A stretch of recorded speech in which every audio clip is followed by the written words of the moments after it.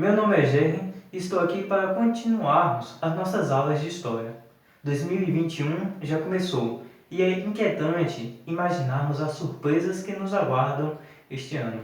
Pelo menos, torcemos para que seja um pouco mais tranquilo do que o ano passado, que o Covid-19 finalmente seja derrotado e que a esperança semeie mais paz e amor nos corações de todos. Mas o Enem está próximo. Por isso, precisamos nos dedicar ainda mais.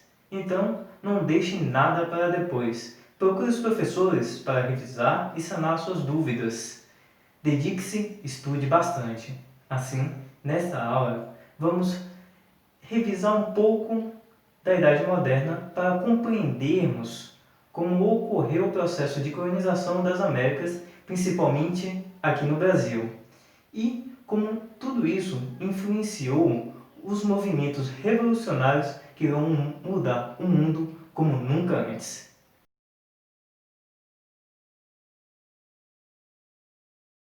Como já vimos nas aulas passadas, a Idade Moderna é caracterizada pela desestruturação do feudalismo que marca a Idade Média. Aqui acontecem diversos movimentos sociais que entram em conflito contra a nobreza e o clero. Perceba que o desenvolvimento do comércio favorece o surgimento das cidades, graças às rotas comerciais com o Oriente, que permite a vinda das especiarias para o mundo ocidental e também permite a vinda da peste negra, que dizima um terço da população europeia, por causa da precariedade dos feudos e da diminuição da produção agrícola causada por mudanças climáticas. Agora, com esse aumento do poder das cidades, havia necessidade de centralizar esse poder nas mãos de um monarca, ou seja, de um rei. Isso favorece o surgimento dos estados modernos, que são organizações político-administrativas que exerciam seu poder soberano em um determinado território. Aqui, só era possível o surgimento e a permanência desses estados modernos, a consolidação desses estados modernos, com a centralização desse poder nas mãos do monarca, a unificação da moeda e a padronização das leis. E isso também só era possível graças ao surgimento de pensamentos que influenciavam a população europeia. Eram pensamentos que consolidavam o poder monárquico, ou o poder absoluto da monarquia, o absolutismo monárquico. Esse poder ou esse pensamento se referia ao poder que deveria ser exercido por aquele que era escolhido por Deus para governar os súditos. Essa escolha só era possível através da Igreja Católica. Perceba a influência ainda existente sobre toda a população europeia exercida pela Igreja Católica ainda naquele tempo. Então, também havia necessidade que o monarca ele estabelecesse as leis que iriam conduzir a organização social do seu povo. É uma organização baseada na ordem de que o monarca deveria administrar e conduzir o seu poder sobre todos os seus súditos. Ele deveria estabelecer as leis. Havia separação agora das leis civis e das leis divinas. Também havia necessidade dos súditos de obedecerem ao monarca, sob pena de todo o povo sucumbir a outros monarcas que estavam se estruturando naquela época. Havia todo aquele medo, tanto provocado por esses pensadores, por esse pensamento do absolutismo monárquico, tanto pela Igreja Católica, que via a sua diminuição do poder aumentando desde que ele pudesse controlar todo aquele Estado moderno, aquele novo Estado soberano que surgia nas mãos de um rei. Esse pensamento também favoreceu o surgimento de outras ideias que começavam a contrariar o dogma ou os dogmas estabelecidos pela Igreja Católica. Trata-se da valorização do corpo humano. Havia a tímida investigação do corpo humano em que surgia a medicina. Havia também a valorização da cultura greco-romana, que era aquela que iniciou diversas buscas pelo mundo desconhecido. Além disso, com a invenção do telescópio por Galileu, era possível estabelecer onde estava inserido o ser humano na ordem vigente social, ou seja, em que local do mundo ou do universo o homem estava inserido. E esses pensamentos favoreceram que esses estados modernos agora dependiam apenas da monarquia. A Igreja Católica passava, principalmente com essas críticas a seus dogmas estabelecidos, a ter um poder menos influente em toda a sociedade. E isso provoca as conhecidas reformas protestantes, que desencadeiam diversos conflitos contra a Igreja Católica, devendo então uma resposta chamada Contra-Reformas, que no seu Concílio de Trento estabeleceu o Tribunal do Santo Ofício para julgar aqueles que eram contrários à Igreja Católica, a publicação de um índice de livros proibidos para os cristãos e a disseminação do catolicismo através das companhias de Jesus. Só que toda essa modificação social aconteceu principalmente por causa do comércio. O comércio antes com o Oriente dependia justamente da vinda dessas especiarias que eram comercializadas nas cidades. Mas com o surgimento dos estados modernos, principalmente na Península Ibérica, Portugal e Espanha, havia a necessidade de buscar outras rotas necessárias para que pudessem também comercializar. Mas não era mais possível pelas rotas já conhecidas, então havia necessidade de desbravar o desconhecido. Aqui ainda o mundo passava por diversas transformações, todas essas ideias eram desconhecidas, então a busca por essas rotas através do mar era inimaginável ou era assustador, pois ainda se acreditavam nos monstros marítimos, nas diversas dificuldades possíveis que os marinheiros poderiam enfrentar, desde os monstros, desde as diversas surpresas com todo o desconhecido. E era essa ambição que assegurava as descobertas marítimas dos tempos modernos. É com essas buscas pelas rotas comerciais que vão se encontrar também e principalmente um novo mundo, necessário para que o comércio passava por uma nova característica, uma nova denominação, comércio ultramarino. Não era mais ou não era apenas as especiarias vindas do Oriente. As especiarias vindas de outros lugares também permitiram o desenvolvimento, o crescimento e a expansão desses estados modernos que estavam tentando ganhar espaço naquele mundo cheio de conflitos e de dificuldades em que as populações eram acometidas. Aqui, a monarquia iniciava o seu papel graças ou com o incentivo da burguesia de expandir o comércio e de descobrir todo o mundo. Agora, com o comércio ultramarino, também conhecido como mercantilismo, permitiu que os navegantes exploradores rodassem o globo não apenas em busca das rotas comerciais necessárias para levar as especiarias até o mundo ocidental, mas também permitiu a busca pelo exótico, a descoberta do novo continente, do novo mundo, posteriormente conhecido como continente americano. Aqui, os povos que lá já estavam estabelecidos foram dizimados e escravizados para que os europeus colonizadores pudessem explorar e extrair as riquezas para o desenvolvimento dos estados modernos. Toda a população indígena ou todos os habitantes do continente americano foram, em sua maioria, dizimados ou escravizados em prol dessa colonização. Na América do Norte, temos a grande influência inglesa que estabeleceu uma colonização mais voltada para o desenvolvimento, enquanto a América espanhola tanto era para o desenvolvimento colonial quanto para a exploração das riquezas. Já a América Portuguesa havia principalmente a exploração das riquezas. No começo, principalmente com a descoberta do continente americano e da costa litoral brasileira, foi-se necessária a exploração do pau-brasil para que houvesse a rentabilidade da monarquia portuguesa. Isso só acontecia com as relações comerciais com os indígenas lá estabelecidos. Posteriormente é que vamos ter uma vinda maior desses exploradores para o Brasil, principalmente com a demarcação do Tratado de Tordesilhas, delimitando até onde essa exploração poderia acontecer.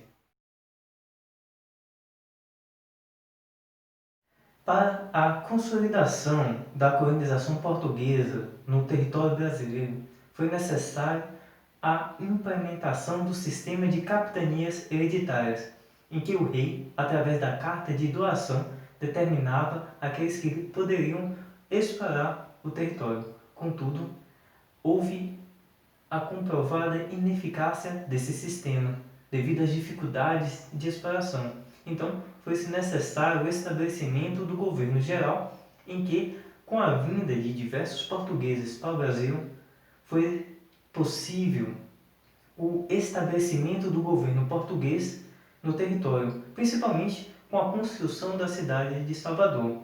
No começo, a exploração comercial era basicamente do pau-brasil pela escravização dos indígenas.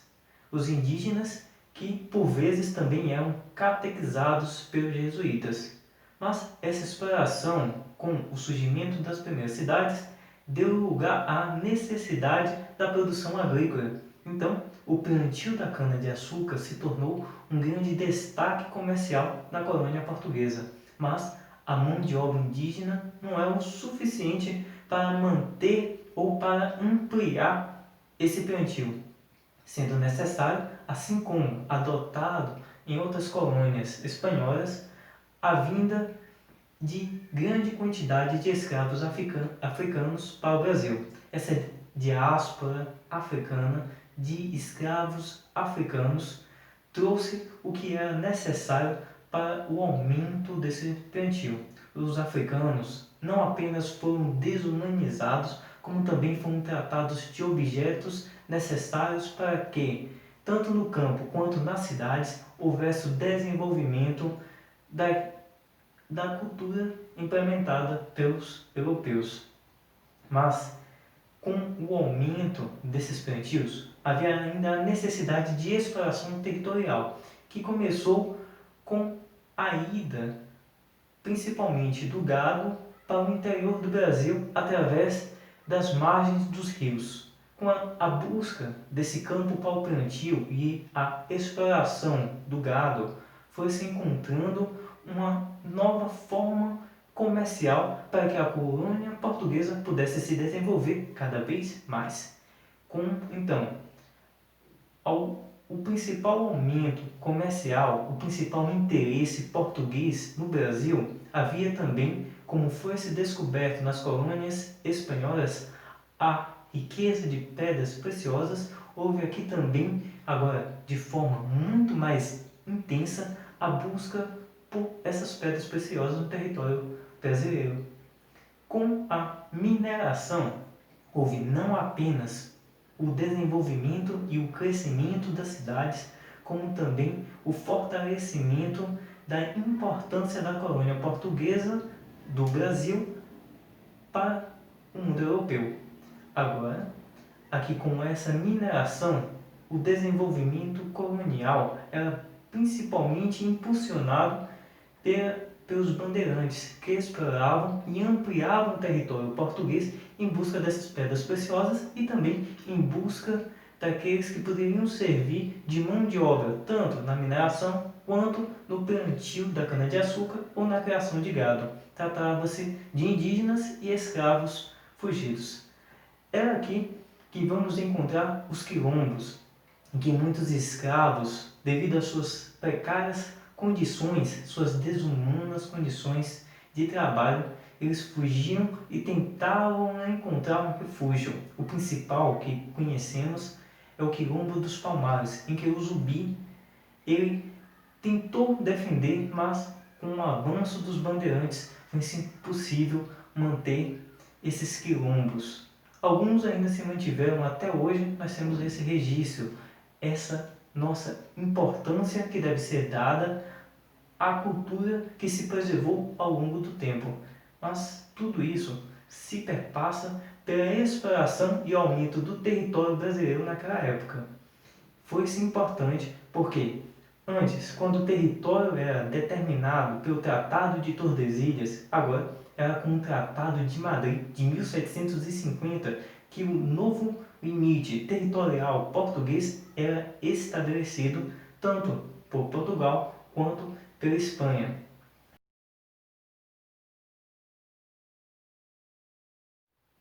Com a exploração das colônias para o enriquecimento das metrópoles europeias, podemos perceber o aumento do poder tanto da monarquia quanto da burguesia.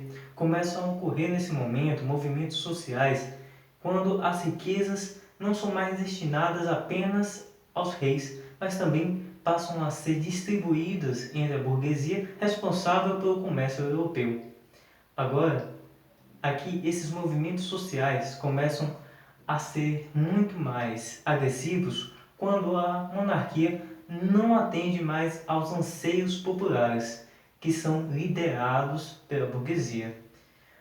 Dois países acabam atrasando a exploração marítima por se envolverem na Guerra dos 100 Anos. Trata-se da Inglaterra, que primeiramente houve conflitos entre a monarquia e a burguesia, principalmente quando a monarquia não conseguiu mais se estabelecer hereditariamente no poder, sendo necessário com que as revoltas populares fizessem essa troca para que tanto se mantivessem ou tivessem os seus direitos e seus anseios atendidos pela monarquia, como também pudessem influenciar politicamente na condução do Estado.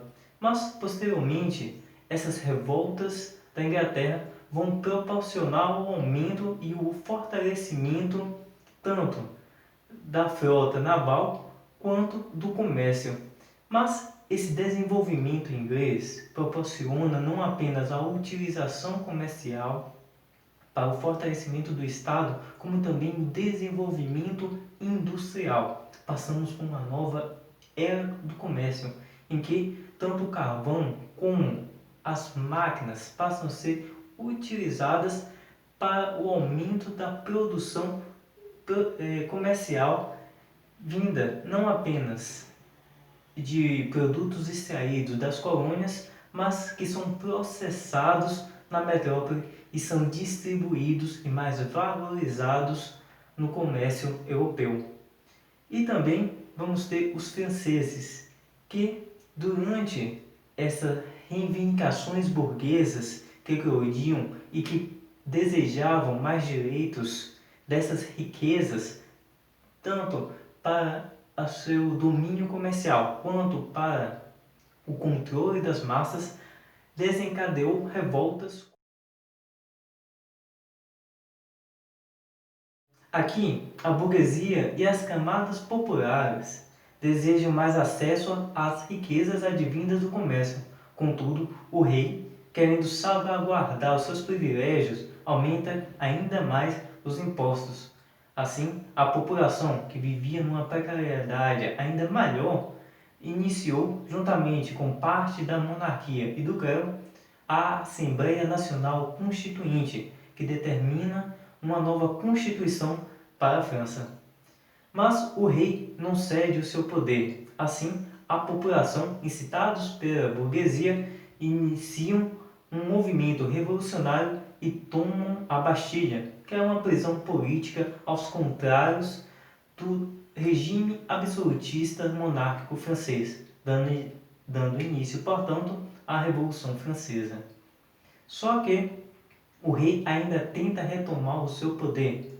Isso não torna mais possível, acaba sendo preso. Há também a promulgação da Declaração dos Direitos do Homem e do Cidadão. Posteriormente, com a Convenção Nacional, o rei, juntamente com aqueles que são contrários ao novo regime francês estabelecido, que se torna uma república francesa, são executados através das guilhotinas. Torna-se uma fase de terror, em que leva a França a uma crise cada vez maior, até que surge Napoleão Bonaparte, um líder militar que assume o poder, organiza administrativamente a França, estabelece uma nova constituição e inicia um movimento de expansão territorial.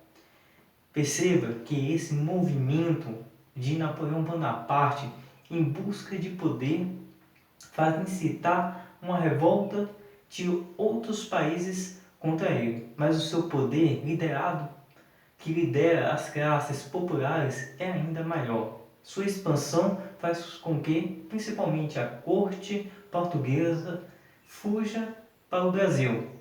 A Inglaterra se mantém com sua principal inimiga, juntamente com os russos. Napoleão estabelece o bloqueio continental para evitar o comércio contra a Inglaterra, mas a Rússia continua esse comércio marítimo. Napoleão decide invadir a Rússia, mas não consegue e cada vez mais perde a sua influência, perdendo batalhas.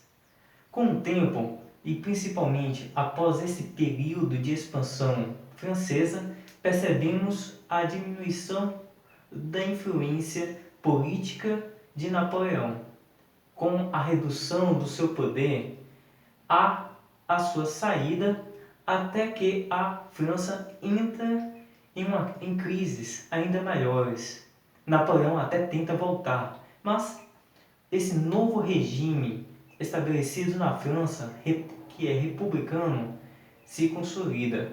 Outros países absolutistas monárquicos não conseguem mais evitar que essas ideias revolucionárias do povo assumindo o poder se espalhem. Para isso, até tentam criar o Congresso de Viena, como forma de impedir que esses movimentos cheguem até as colônias, ameaçando as metrópoles europeias. Mas aos poucos vamos perceber que esses movimentos revolucionários se espalham cada vez mais pelo continente americano, principalmente graças ao Congresso de Viena, que na tentativa de evitar essas ideias acabam espalhando por meio dos seus populares. As ideias revolucionárias eclodem não apenas na Europa, mas começam a se espalhar para o novo mundo. Vale lembrar que as ideias revolucionárias francesas tiveram seu início um pouco antes, durante as guerras de independência das 13 colônias, em que eles queriam combater a influência do absolutismo monárquico inglês em seu território. Agora era necessário que a população se unisse para eleger aqueles que iriam governá-los, e para isso eles então enfrentaram durante a guerra com o apoio dos franceses para que fosse então proclamada a independência dos Estados Unidos em 1776.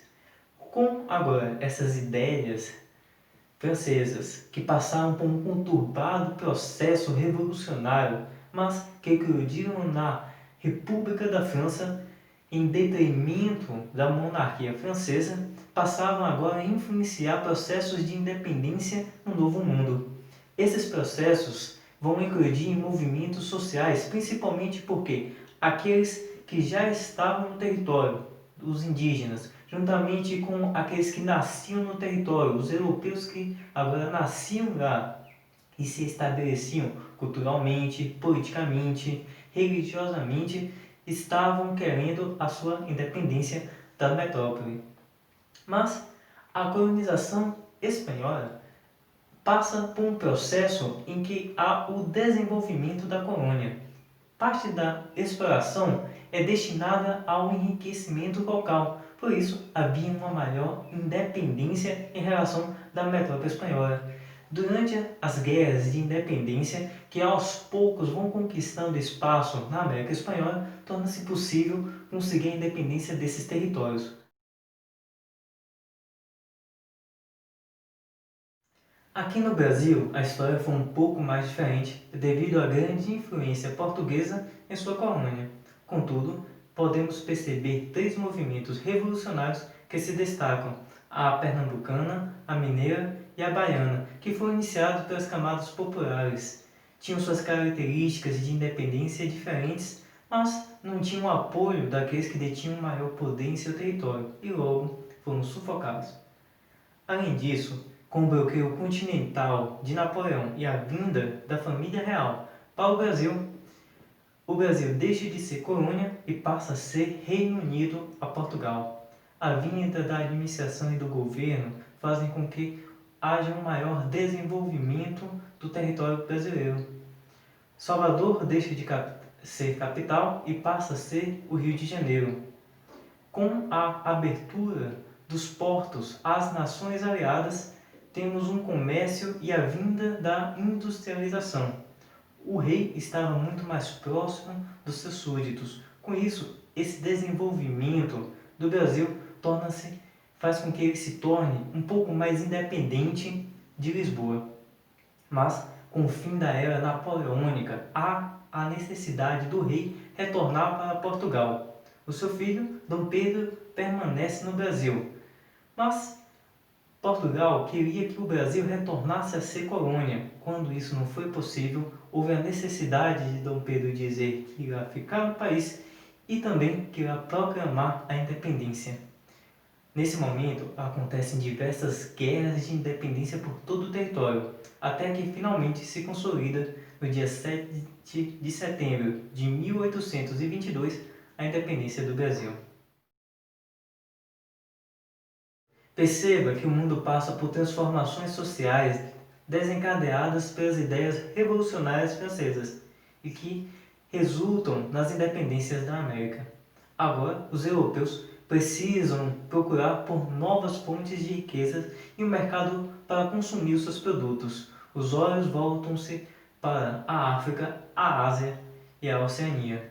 Com isso, é necessário compreender qual o curso percorremos até esse momento, do qual a história da humanidade seguiu um determinado destino provocado pela ambição dos homens e principalmente que resultará em conflitos desproporcionais que veremos nas próximas aulas.